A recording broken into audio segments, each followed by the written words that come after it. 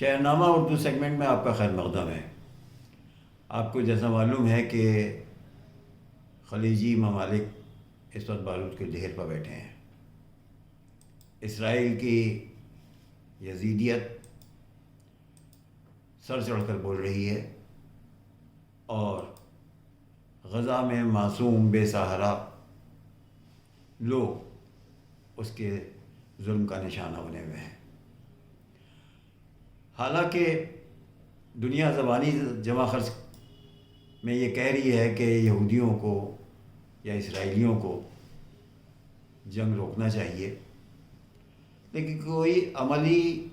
ترکیب اور تدبیر نہیں کی جا رہی ہے، جس کا نتیجہ یہ ہو رہا ہے کہ اسرائیل کو شے مل رہی ہے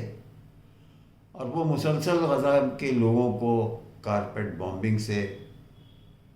کھانے پینے کی بندش سے پریشان کر رہا ہے۔ اسپتال خود مریض بن کر نظر آ رہے ہیں، بجلی ہے نہیں، آپریشن تھیٹر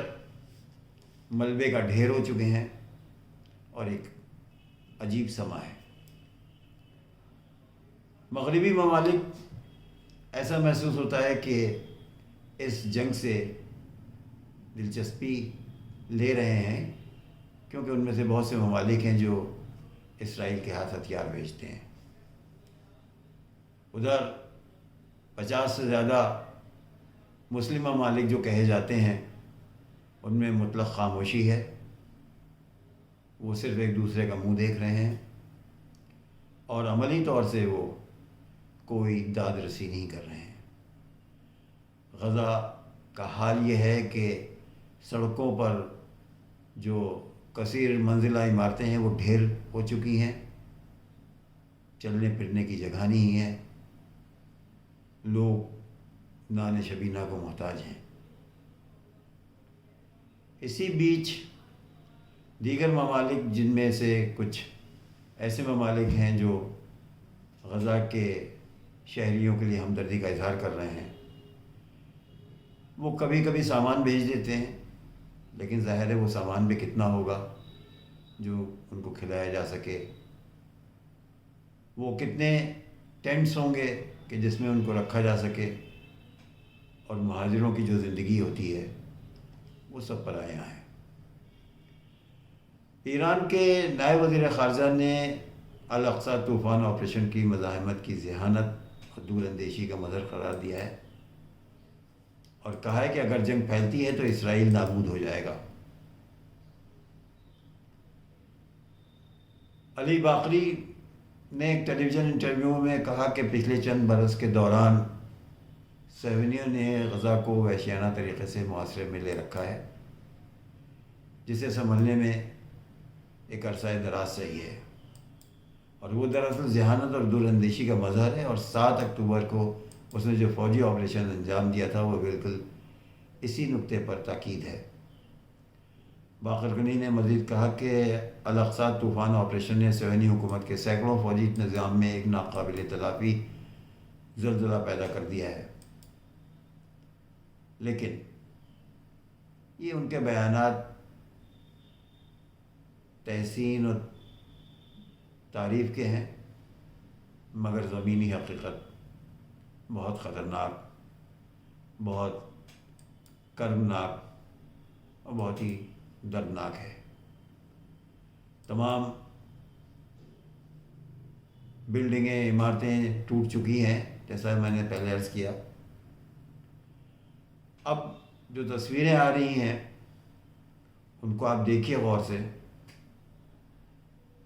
کہ بڑی بڑی عمارتوں میں رہنے والے نہ ان عمارتوں میں رہے، نہ سڑکوں پر ہیں،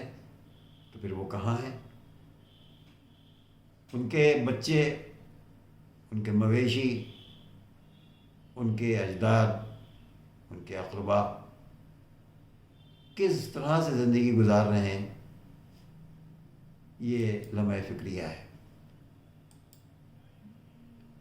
یہ بات صحیح ہے کہ جنگ کا دائرہ اگر بڑھ گیا تو ایسے اشارے بھی ہیں کہ تیسری جنگ عظیم رونما ہو سکتی ہے، اور ظاہر ہے اگر تیسری جنگ عظیم رونما ہوئی تو اس کا محور اور مرکز مڈل ایسٹ ہوگا۔ عام